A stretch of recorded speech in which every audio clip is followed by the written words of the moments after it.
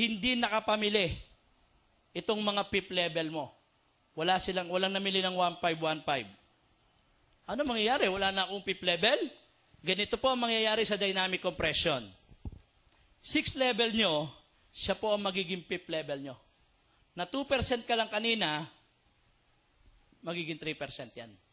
Akit lang. At itong 7th level nyo, magiging 6th level yan, na 1% ka lang, magiging 2% po yan. At itong 8th level nyo, siya po ang magiging 7th level nyo, 1% ka pa rin. Asom napunta ang 8th level ko. Yung 9th level mo, na wala naman kanina, siya magiging 8th level mo, may 1% ka pa. Umaakit lang sa'yo. Nakuha nyo? Meron nga po rito, kumikita na 100,000 sa rev up pa lang. Kung gusto nyo lang gawin itong rev up, walang pilitan po ang rev up.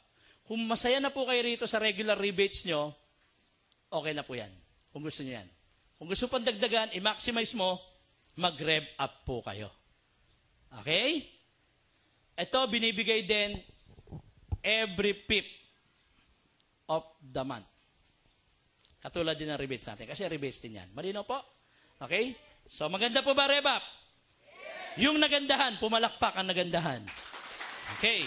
So, ngayon, papakita ko naman sa inyo na dito, walang nauna, walang nahuli. Kasi baka sabihin nyo, yung mga nauna lang ang kumikita rito. Okay, halimbawa po, sample, eto po ako. Nagparami po ako ng dealer. Umabot po sila ng 100. Diyan sa 100 na dealer na yan, isa ka dyan. Eto ka. O, lagyan pa kitang buhok. Nagparami ka rin. 20 sa A, 30 sa B. Paano kung yung kabilang side ko naman, lilima lang? Magkano pa lang ang kinita ko? 5 sales match pa lang yan. Eh ikaw, magkano na kinita mo? 20 sales match na yan.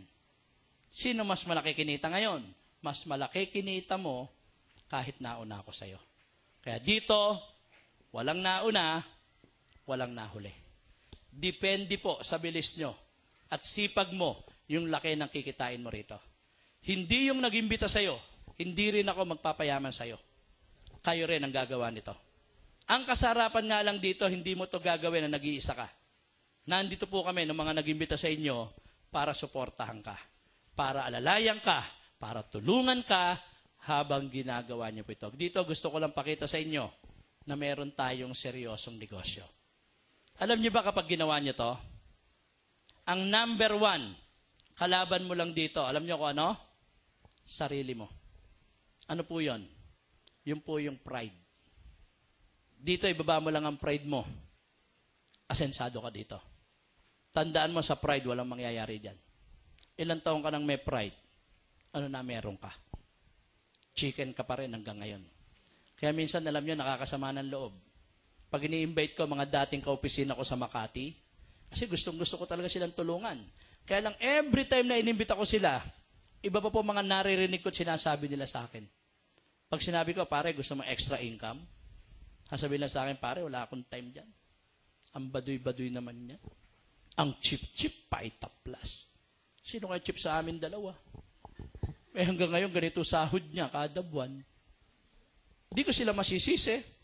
Kasi hanggang ngayon, magagarasot nila. Naka-long sleeve, naka-kurbata. Puro dating. Wala naman datong. Pagtangali, hanapin mo, sa kumakain yan, sa likod ng building. Sa Jolly Jeep. Kalahati ulam, nangingipan ng sabaw. At yung kurbata, alam mo saan ginagamit? Pamunas ng bibig. Ang tataas ng pride. Hindi po ako against sa employment, ha? Kasi dati rin po akong empleyado. Ang ayoko lang sa pagiging empleyado, eto,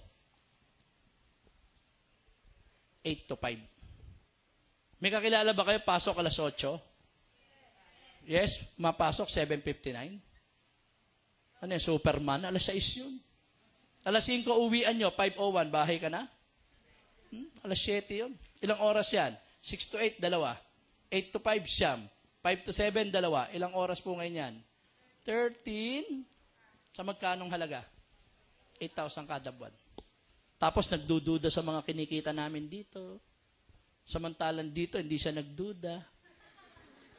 Malaki pa, 13 sa 8 niya.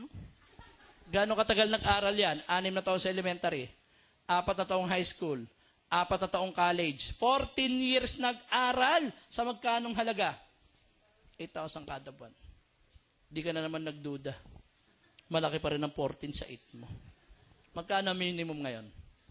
O promote na lang kita, bigyan kita ng 10,000 isang buwan. Tanong, babawasan ng tax? Hindi. Bawas yan, 10%. Tanong, kakain ka? Hindi. Magkano murang value meal? 50. Isang beses ka kumakain? 3, social ka, alam mo nang ginagawa mo eh. Tanong, mamamasahe? Hindi.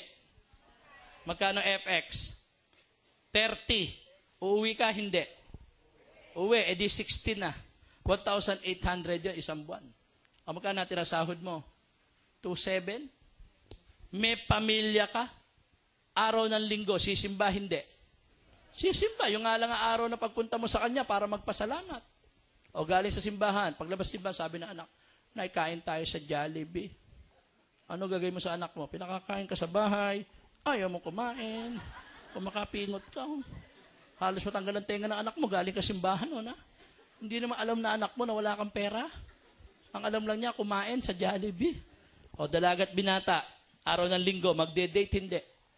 Magde-date yan, o magkano normal na date ngayon? Di kasama ganun, ha?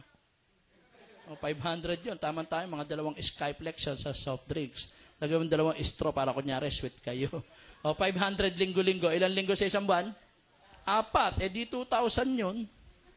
O magkano natira sahod mo ngayon? 700. Diyan mo kukunin lahat. Pambili ng cell card, pambigay sa nanay, pambayad sa kuryente. Kaya sweldo mo, kisenas katapusan, 350. Ilang taon mo pinag-aralan yan? 14 years. Totoo ba yan? Yes. Yan ang realidad. Hindi mo lang napupunayan. Bakit? Pride ang umiiral sa'yo. Survival, labanan sa labas. Kumikita ka lang para sa pang-araw-araw mong gastos. Pamisa-misa may nabibili ka naman. Isang sweldo, isang ipit. Isang sweldo, isang ipit ulit. Pero pagdating sa pangarap, pagdating sa ipon, wala ka na.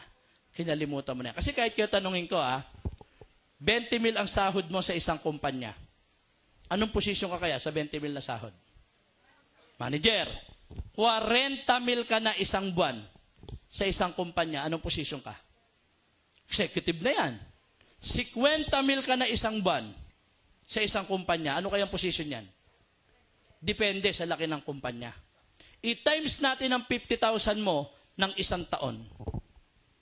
Times 12 months. Magkano po yon? 600,000. I-times natin ang 600,000 mo ng 10 taon. Magkano yon? 6 million. Yan ang makukuha mo after 10 years kung ganito sinasahod mo. Kung hindi ka kumakain, nakikikain ka lang sa kapitbahay nyo, hindi ka namamasahe, naglalakad ka lang, hindi ka bumibili ng damit, tapos kung nag-apply ka, pasot mo hanggang ngayon, makukuha mo yan ng buong buo. Hindi ka nagtututbrush, hindi ka naliligo, dating ka sa opisina, para kang taong grasa. Kaya alam na alam ng ka-opisina mo kung padating ka na, pagka malangaw na. Pero may pangarap ka. Kaya kung hindi ako naniniwala po sa mga tao na nagsasabi, na wala siyang pangarap at ang gusto lang niya simple.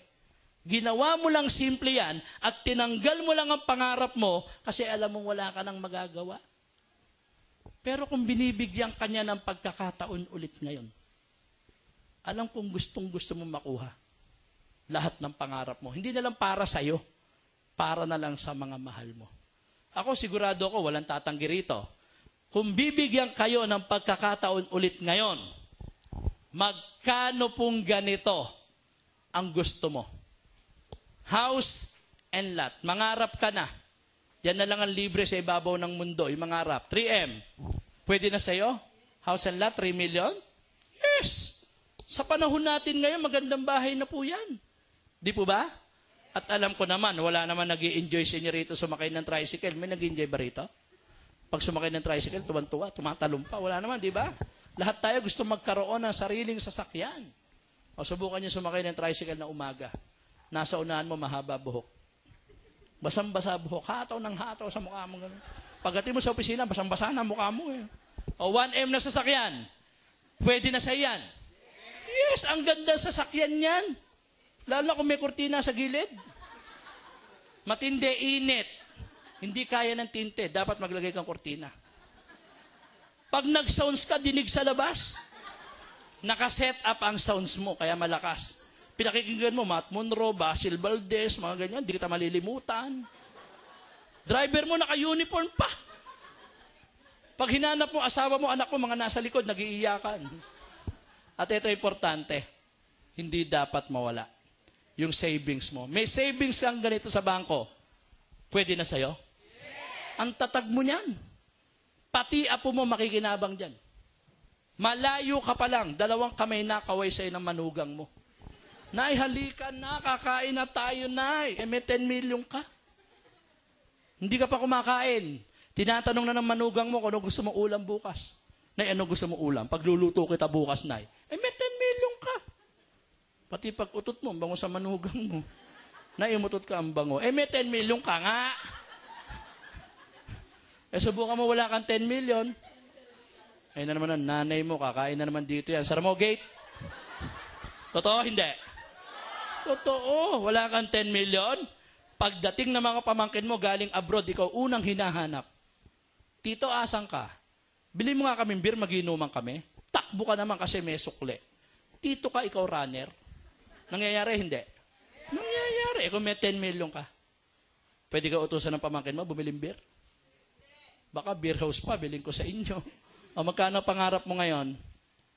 14 million. Tanong, makuha mo kaya? Yes ka dyan, si 6 million ang pera mo, yes ka dyan. May utang ka pang 8 million, 14 million ang pangarap mo, yes. Paano kung mas mababa pa kinikita mo dyan? Ang taas pa ng pride mo. Tapatan po tayo. Wala pong empleyadong yumaman sa pagiging empleyado lang. Tanggapin mo katotohanan. Malabo na pangarap natin sa labas. Kaya nga hanap buhay tawag dun eh. Humahanap ka lang ng ikabubuhay mo. Hindi naman sinabing hanap yaman dun eh. Dito lang ang hanap yaman. Baba mo lang ang pride mo. Hindi yun napupuna, paikot-ikot ka lang dyan. Sweldo, bayad, utang. Sweldo, bayad, utang. Sweldo, bayad, utang. Ano nadadagdag sa'yo? Edad. Ano naiipon mo? Uniform. Paminsan-minsan, nagpupunta ka pa ng London. Loan dito, London. Loan dito, London. Loan dito, London. Mas masarap enjoy ang buhay habang mai-enjoy nyo pa yan. Di po ba? Tingin nyo kaya sa susunod na summer, 80 anyos ka, may enjoy nyo pa Boracay? Hindi na, masusuka na siya yung mga tao pag nakita nakatupis ka. Akala nila lukot ang damit mo, hindi na alam, balat mo yun. Ma'am, sample lang, mama.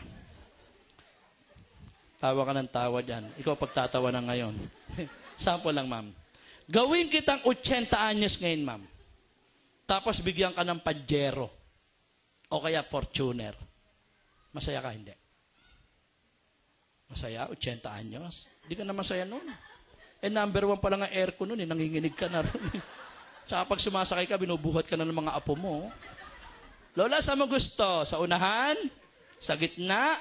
O sa compartment na lang? At ito, hindi naman lahat ha. Yung ibang 80 anyos, ulyanin na po yan. Memory gap na, baka mamaya tsinelas mo, didilaan mo na. O dagdagan natin ng 2 taon edad mo ngayon. Naka-Pajero ka, naka-Fortuner ka, naka-Montero ka. Masaya, hindi? Ang saya nun. Kahit hindi ka cute-cute ka na nun. Kaya dito, baba mo lang ang pride mo. Tandaan nyo, sa pride, walang mangyayari dyan. Kasi mga iba nakakausap namin, sinasabihan ba na kami ng ganito? Nag-a-abroad naman ako eh. Ako personal. Naranasan ko na po abroad. 3 taon po ako sa Brunei. Naranasan nyo na bang maglakad sa airport ng patalikod? Di ba ito mga naghatid sa'yo? Hawak mo maleta mo. Paganyan ang lakad mo. Kasi ayaw mo mawala sila sa paningin mo eh. Tumutulo nga luha mo na sakit po dito. No? At ito pa matindi. Ang anak mo, lumalaki lang sa picture.